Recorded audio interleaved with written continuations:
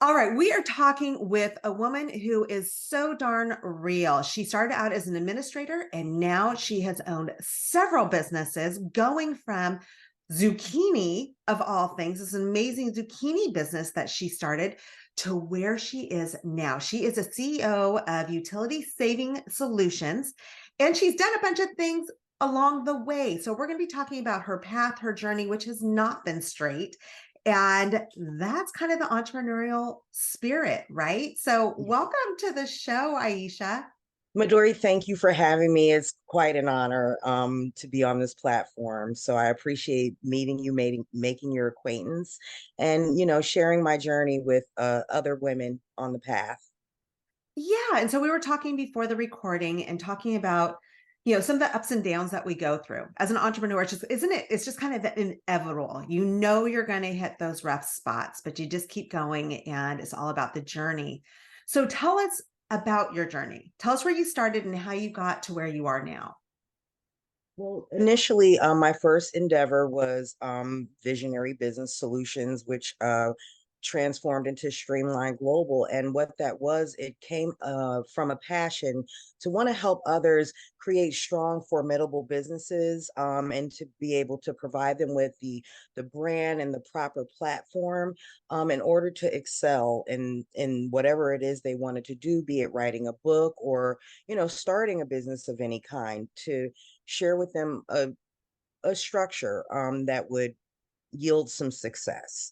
And so I did that for over 20 years. I still have clients that, call me for advice today. And it was a lot of digital and marketing collateral that I produced, business plans for people, kind of like I was a yes girl.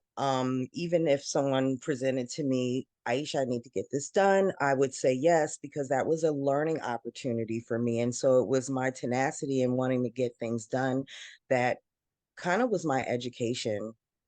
Yeah, I think tenacity is probably what has gotten you to where you are, Yeah. right? That's just kind of one of your core skills, core values. Well, you need to have it because and even, adopting things and putting yourself in a position where you face challenges head on, you use things as a learning opportunity. And simultaneously, Midori, I was pursuing my career. I started off as an administrator. My first job out of high school was an office manager at a health center. And I grew my career simultaneously as I was pursuing my entrepreneurial endeavor. The goal always was to, be self-employed full time, to not have to kind of go in and out of work and work parallel in corporate. I grew my career as I was growing my companies in administration, and kind of migrated all the way up to becoming a project manager. Wait, I want to My stop you for a second because I want to hear. Okay. You just said something. I'm like, whoa, I want to know more about that. So you said out of high school, you became you were working in an office, but you said you always knew you wanted to be an entrepreneur. Yes. So tell me, so you knew from when you graduated from high school or very early on that that was a goal of yours. So when you were in your various jobs, how did you approach those? Like you had mentioned something earlier, you were a yes girl. So talk to Mhm. us a little bit about your journey or the way that you approached your jobs to help you become an entrepreneur. Right, because it's a challenge. You want to work for yourself, and then, you find yourself maybe, in financial straits, or, you need to go get a job. And um, I took those as learning opportunities as well, Midori, because when you're in corporate, you're learning things, you're being trained, you're actually watching mentors that are kind of like above you. And although I would say, well, oh, I'm going to use the job as a come up. So while you're working in your job, you approach it the same way you would an entrepreneurial endeavor. You take your work ethic in, you give it your best, and you use that to form relationships and have a network and everything. So, and take all the training you can get from those experiences, because you're not there for no reason. Yeah, I think that's a kind of key is that, again, getting back to the theme of a journey and what Yeah. can you pick up along that journey that Right. you put in your pocket and Yeah. use to help you get to where you want to go. And you talked about mentors. They may not have known they were a mentor, Right. but it sounds like you were coming from the perspective of I'm listening, I'm paying attention, I'm learning from them, and I'm going to take what works for me for future. And you learn management styles, you learn a plethora of things. I mean, even, technical stuff, organization, working for some major hitters like General Electric in the wind energy business. That I think was a great background to what I'm doing right now. And so even with the business and the marketing and going into corporate, my second venture was, like you mentioned, the zucchini bread company. I created a recipe, and because it was loved so much, and with my entrepreneurial background, I'm like, well, if this is wanted and desired, there's a demand for it, right? So now, versus clicking and opening a laptop, which you still need when you're in that type of business, but it was fun to kind of switch gears from what I was doing to having a food based company. And so I appreciated that company a lot and look forward to it growing.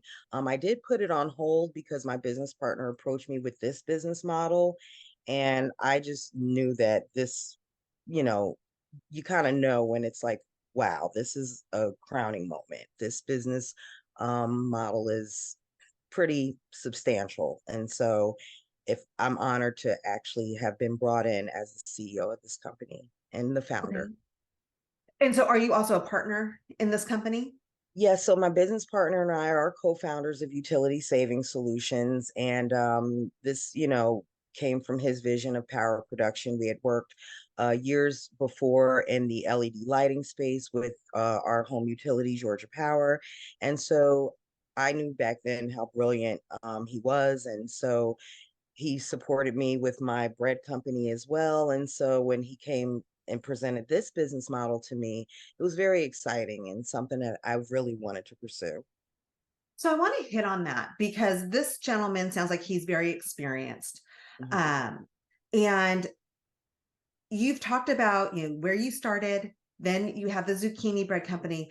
I'm guessing throughout all of this, you had a certain type of work ethic that you always showed up with. So if this gentleman came to you and said, "Hey, Aiesha, I have an idea and I want to bring you in," that's saying a lot about you.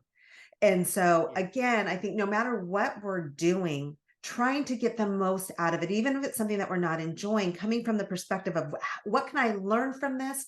How can I improve this business? And always showing up, knowing that we're going somewhere bigger, Yes. right?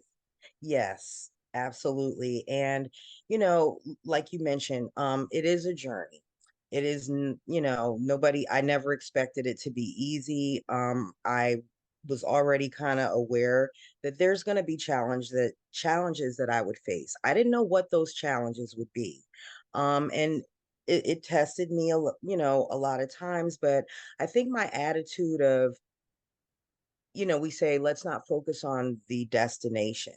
But of course, that's kind of the goal. So I think I was willing to say, I'll go through whatever it takes, because what doesn't kill you makes you stronger, in order to get to a plateau where I can kind of exhale and say, okay, I can do this. And I didn't hold on to any one of my companies. Like, when it was time to put the bread company on hold, I know that that will come back. So it's never a fail.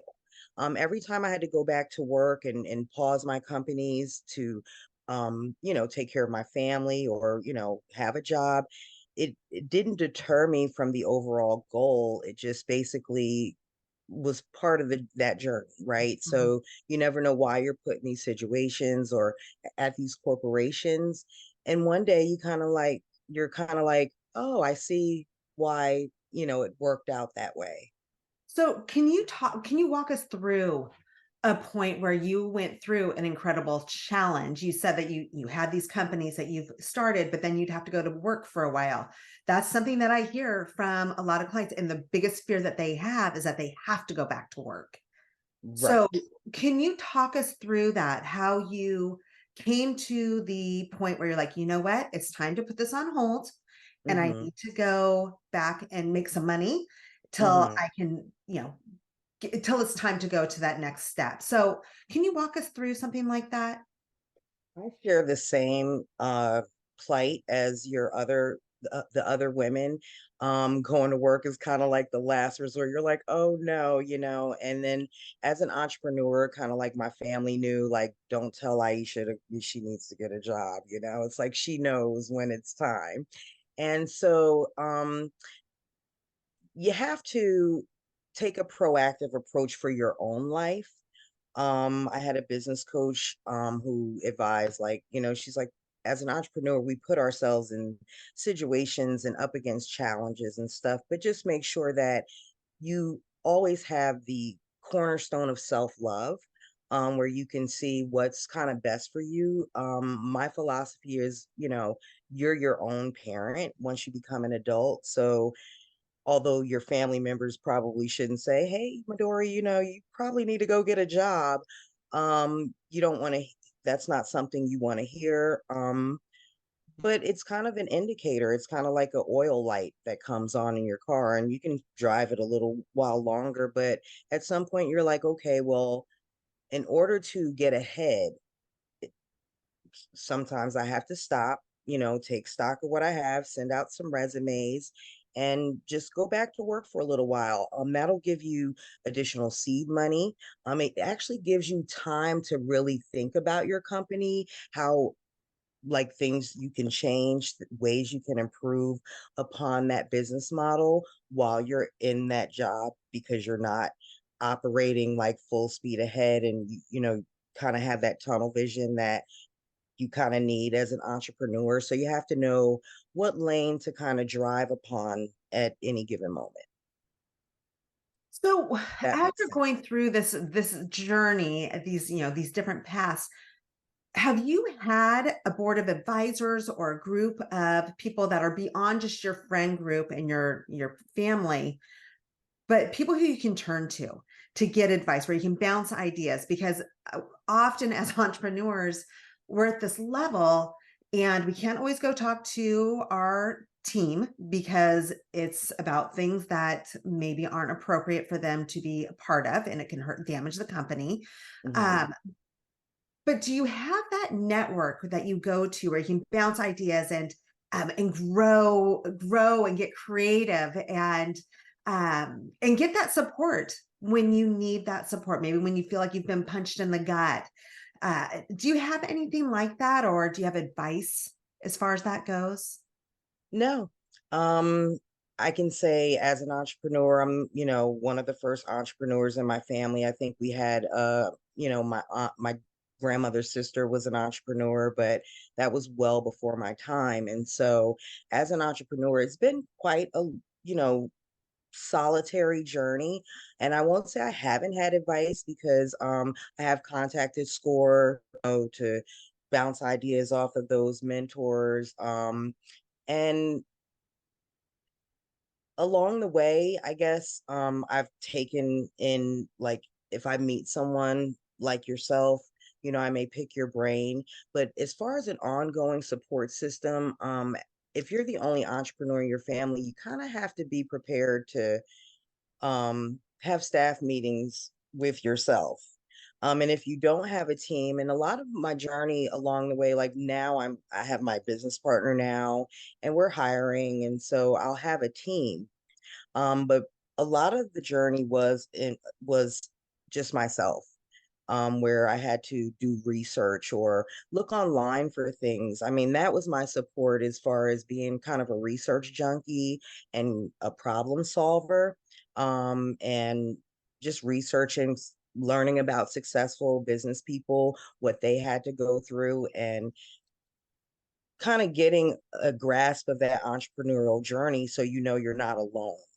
Right. Yeah, it's tough to feel alone, right? I Mhm. get it all the time where entrepreneurs come to me of varying success rates and like, I feel so isolated. I feel so by myself. I just don't want to be Nobody by myself understands me. anymore. Yeah. Yeah. Yeah. Because I remember when I was, I've owned businesses for almost 3 decades now.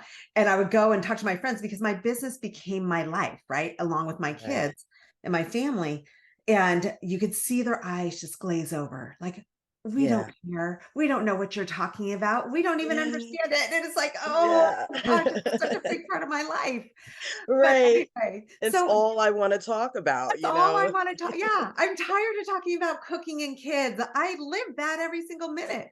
Yeah. Exactly. So anyway, do you have one takeaway, one piece of advice for our listeners on how to build $1 million business? Well, I would say don't forego when you get an idea and you're passionate about it. A lot of times the brain or people will shut that down in like 15 minutes or 15 days. Um, really believe in yourself. My thing is persistence is key because if I look through my journey, that not giving up and, keep going, keep, throwing the bricks at the wall or whatever you want to call it.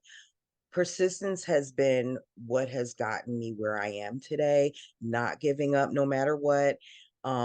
You're never a failure. I heard somebody say fail your way to the top. Yeah, go ahead, fail all the way to the top. Okay. It's Love it. never a failure. And I remember feeling that way with my first business venture initially. And so I learned about failure very young. And so you just keep chomping at the bit. And yeah, that's my takeaway is persistence. Great way to end the pod. That is such a perfect term.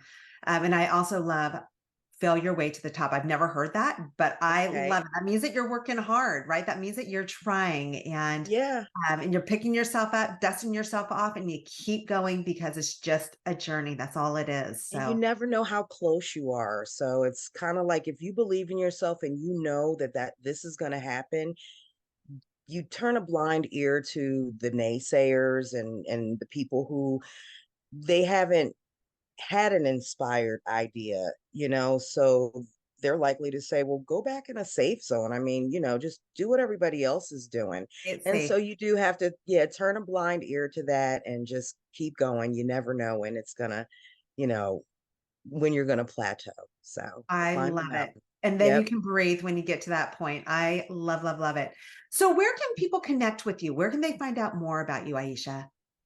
So I am on LinkedIn. My profile's on LinkedIn. My company information is on LinkedIn. Being able to provide power and water to people in the new way that we're evolving for power production and energy usage is amazing. I would say, yeah, the best place to find my information is on LinkedIn. It's pretty up Perfect. to date. And go check out our company, utilitysaving solutions.com. It is all in our show notes. So that's where you can find this information. And thank you so much for sharing your journey with our audience and letting us get to know you a little bit. Thank you, Midori. I mean, it's been such a pleasure. I love the platform and, O'Day to you and all the listeners. So, To be the best, you need to play with the best. You might not have your own personal high level circle of women yet, but you can hang with us on the Female Millionaire Show. I'm Midori Verity, serial entrepreneur for over 25 years, and I interview badass female founders and cut through to what you really need to know. So in 20 minutes, you have what can take years to learn. If you're wanting to play bigger, come play with us. Join the female entrepreneur revolution today. Cheers.